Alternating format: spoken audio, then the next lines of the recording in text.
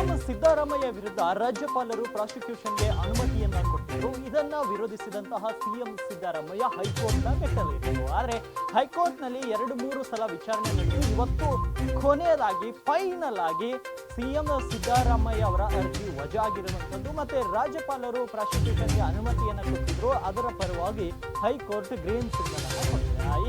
ಈ ಒಂದು ವಿಷಯಕ್ಕೆ ಸಂಬಂಧಪಟ್ಟ ಹಾಗೆ ಇವತ್ತು ಸಿಎಂ ಸಿದ್ದರಾಮಯ್ಯ ಪತ್ರಿಕಾಗೋಷ್ಠಿಯನ್ನ ಕೂಡ ನಡೆಸ್ತಾ ಇದ್ದಾರೆ. ಪತ್ರಿಕಾಗೋಷ್ಠಿಯಲ್ಲಿ ಏನೇನು ಮಾತಾಡಿದ್ದಾರೆ, ಏನೇನು ಪ್ರಮುಖ ಅಂಶಗಳು ಅಂತ ನೋಡೋದಾದ್ರೆ ಸಿಎಂ ಸಿದ್ದರಾಮಯ್ಯ ಇವತ್ತು ಬಿಜೆಪಿಯ ವಿರುದ್ಧ ಸಾಕಷ್ಟು ಗರಂ ಆಗಿದ್ದಾರೆ. ನರೇಂದ್ರ ಮೋದಿ ನೇತೃತ್ವದ ಬಿಜೆಪಿ ಸರ್ಕಾರ ಈ ರೀತಿ ಅನ್ಯ ಮಾರ್ಗ ಮತ್ತು ಚುನಾವಣೆಯಲ್ಲಿ ಗೆಲ್ಲದೇ ಇದ್ರೂ ಕೂಡ ಸರ್ಕಾರ ರಚಿಸುವ ಹಪಾಹಪಿಯಲ್ಲಿದೆ.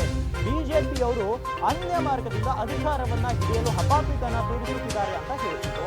ಅದೇ ರೀತಿ ಇವತ್ತು ಏನು ಯುವ ನಿಧಿ ಯೋಜನೆ ಇರ್ಬೋದು, ಗ್ಯಾರಂಟಿ ಯೋಜನೆಗಳು ಇರ್ಬೋದು, ಹೀಗೆ ಸಾಕಷ್ಟು ಯೋಜನೆಗಳು ರಾಜ್ಯ ಸರ್ಕಾರ ಜಾರಿಗೆ ತಂದಿದೆ. ಇವುಗಳ ಕುರಿತು ಅವರಿಗೆ ಸಾಕಷ್ಟು ವಿರೋಧ ಇದೆ, ಇವುಗಳ ಕುರಿತು ಅವರಿಗೆ ಗೊಂದಲ ಇದೆ. ಇವುಗಳನ್ನ ವಿರೋಧಿಸುವಲ್ಲೂ ಸಾಕಷ್ಟು ಪ್ರಯತ್ನಗಳನ್ನ ಮಾಡಿದ್ರು. ಇವುಗಳನ್ನ ವಿರೋಧಿಸುವ ನಿಟ್ಟಿನಲ್ಲಿ ಮತ್ತು ಸರ್ಕಾರವನ್ನ ಕೆಡುವ ನಿಟ್ಟಿನಲ್ಲಿ ಬಿಜೆಪಿಗರು ಸಾಕಷ್ಟು ಪ್ಲಾನ್ ಅನ್ನ ಮಾಡ್ತಿದ್ದಾರೆ ಅಂತ ಸಿಎಂ ಸಿದ್ದರಾಮಯ್ಯ ಬಿಜೆಪಿಯ ವಿರುದ್ಧ ಇವತ್ತು ಏನು ಪತ್ರಿಕಾಗೋಷ್ಠಿಯನ್ನು ನಡೆಸಿ ಕಿಡಿಕಾರಿರುವಂಥದ್ದು. ಅದು ಅಲ್ಲದೆ ನಾನು ಯಾವುದೇ ತನಿಖೆಗೆ ಹೆದರಲ್ಲ, ಕಾನೂನು ಸಮರವನ್ನ ತಜ್ಞರ ಜೊತೆ ಚರ್ಚೆ ನಡೆಸಿ ನಾನು ಕಾನೂನು ಸಮರವನ್ನ ಮಾಡುತ್ತೇನೆ ಅಂತ ಸಿಎಂ ಸಿದ್ದರಾಮಯ್ಯ ಹೇಳಿರುವಂಥದ್ದು.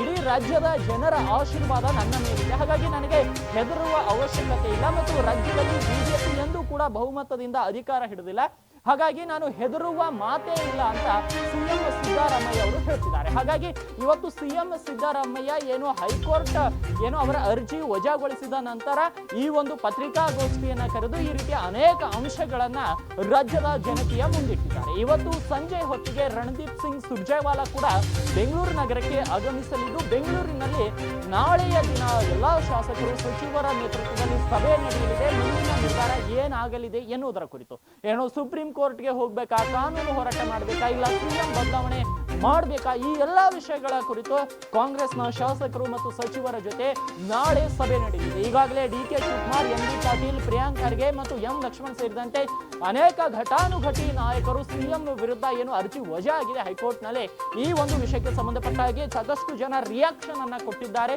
ಎಲ್ಲರೂ ಸಿಎಂ ಪರವಾಗಿ ಇದ್ದೇವೆ ಅನ್ನೋ ಒಂದು ಒಗ್ಗೂಡಿನಲ್ಲಿ ಎಲ್ಲರೂ ಧ್ವನಿಗೂಡಿಸಿದ್ದಾರೆ. ಹಾಗಾಗಿ ಸಿಎಂ ಕೂಡ ಇವಾಗ ಪತ್ರಿಕಾಗೋಷ್ಠಿಯನ್ನ ನಡೆಸಿ ಬಿಜೆಪಿ ವಿರುದ್ಧ ವಾಗ್ದಾಳಿಯನ್ನ ನಡೆಸಿದ್ದಾರೆ.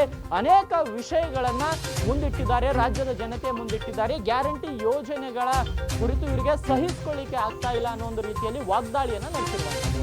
ಹಾಗಾಗಿ ಸಿಎಂ ಸಿದ್ದರಾಮಯ್ಯ ರಾಜೀನಾಮೆಯನ್ನ ಕೊಡ್ತಾರ, ನಾಳೆ ನಡೆಯುವಂತಹ ಸಭೆಯಲ್ಲಿ ಸಿಎಂ ಭವಿಷ್ಯ ನಿರ್ಧಾರವಾಗಲಿದೆ ಅನ್ನೋದನ್ನ ಕಾದು ನೋಡ್ಬೇಕಾಗಿದೆ.